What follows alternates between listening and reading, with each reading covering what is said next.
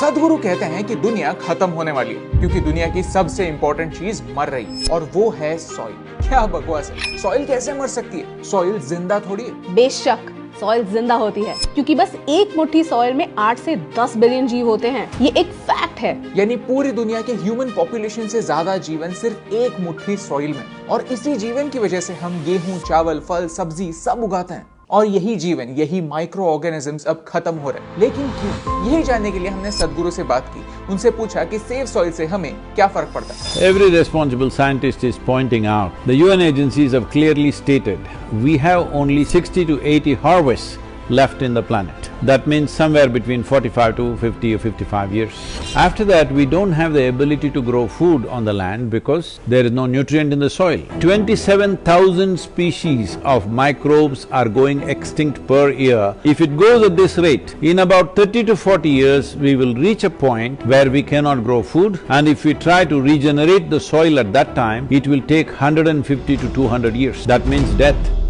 Soil एक non renewable natural resource है। Did you know, सिर्फ 1 सेंटीमीटर टॉप सॉइल बनने के लिए 1000 साल तक लग सकते हैं और उसे खोने के लिए सिर्फ 1 घंटा ही काफी है। जोरों की बारिश जहां मिट्टी को पकड़े रखने के लिए पेड़ ना हो, सॉइल डिस्ट्रॉय कर देती है। पोल्यूशन, इंडस्ट्रियलाइजेशन, केमिकल्स, रीजन एक नहीं कई सारे हैं। हम खुद चाह कर भी सॉइल नहीं बना सकते। ये प्रोसेस नेचुरल है और इसमें टाइम लगता है। लेकिन पिछले कुछ सालों में हम सॉइल को जिस स्पीड से डिस्ट्रॉय कर रहे हैं, उस स्पीड से we don't have much time left. Because of industrial level of agriculture, where there is no organic input into the soil, the plant cannot get the nutrients that it wants without the help of the microbes, because those microbes are the basis of life on this planet. Soil is not dead material where you can throw some nitrogen, phosphorus, something and make it happen. It's a living entity.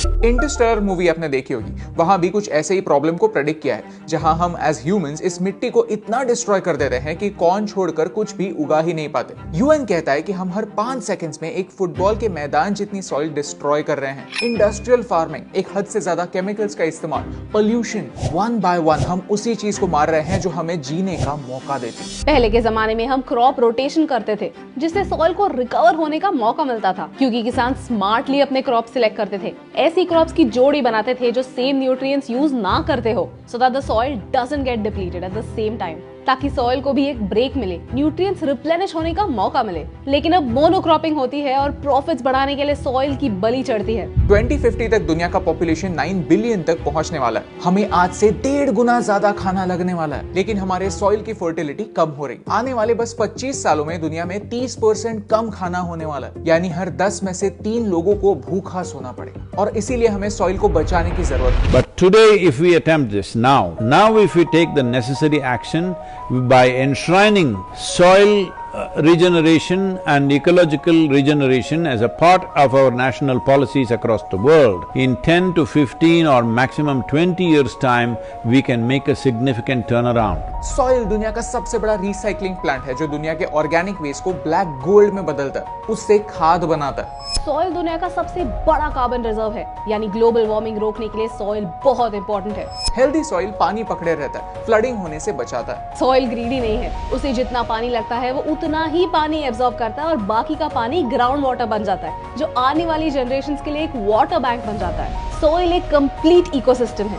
So I am 65 years of age and now I am riding 30,000 kilometers from London to Kaveri Basin. You know, 30,000 kilometers is not a joyride, but I am doing this because I want people to understand it's that urgent. लेकिन उससे क्या फर्क पड़ता है? इस सफर में सदगुरु दुनिया के उन तमाम इम्पोर्टेंट लीडर से मिलेंगे और उन्हें सॉइल का इम्पोर्टेंस समझाएंगे ताकि पॉलिसी लेवल पर चेंजेस आ सकें। People are saying, oh, why should you do this? I'm saying, why would you not do it? I'm asking. तो सदगुरु आपसे क्या चाहते हैं कि आप सॉइल के बारे में बात करें। #SaveSoil के साथ सॉइल के बारे में एक फैक्ट शेयर करें। From March 21st for 100 days, everybody should talk about soil for 100 days. If you do that, we will aggregate these numbers in the social media platforms and come to a place where if 3 to 4 billion people have spoken about soil, no government is going to ignore it. because in a democratic nation, the only currency that flies is numbers. सदगुरु मानते हैं कि environmental issues election issues बनने चाहिए। वही सरकारें चुनकर आनी चाहिए जो हमारा भविष्य सुरक्षित रखने का वादा करें और उसे निभाएं। अगर आपको इस वीडियो से वैल्यू मिली तो इस मूवमेंट को आगे बढ़ाने में हमारी और सदगुरु की मदद कीजिए। जब तक हम दुनिया की सरकार से डिमांड नहीं करेंगे, उनसे सवाल नहीं पूछेंगे, तब तक इन्वायरमेंट को कोई भी सीरियसली नहीं लेगा। और यही इंपॉर्टेंट बात आप तक पहुंचाने से मुझे फर्क पड़ता है।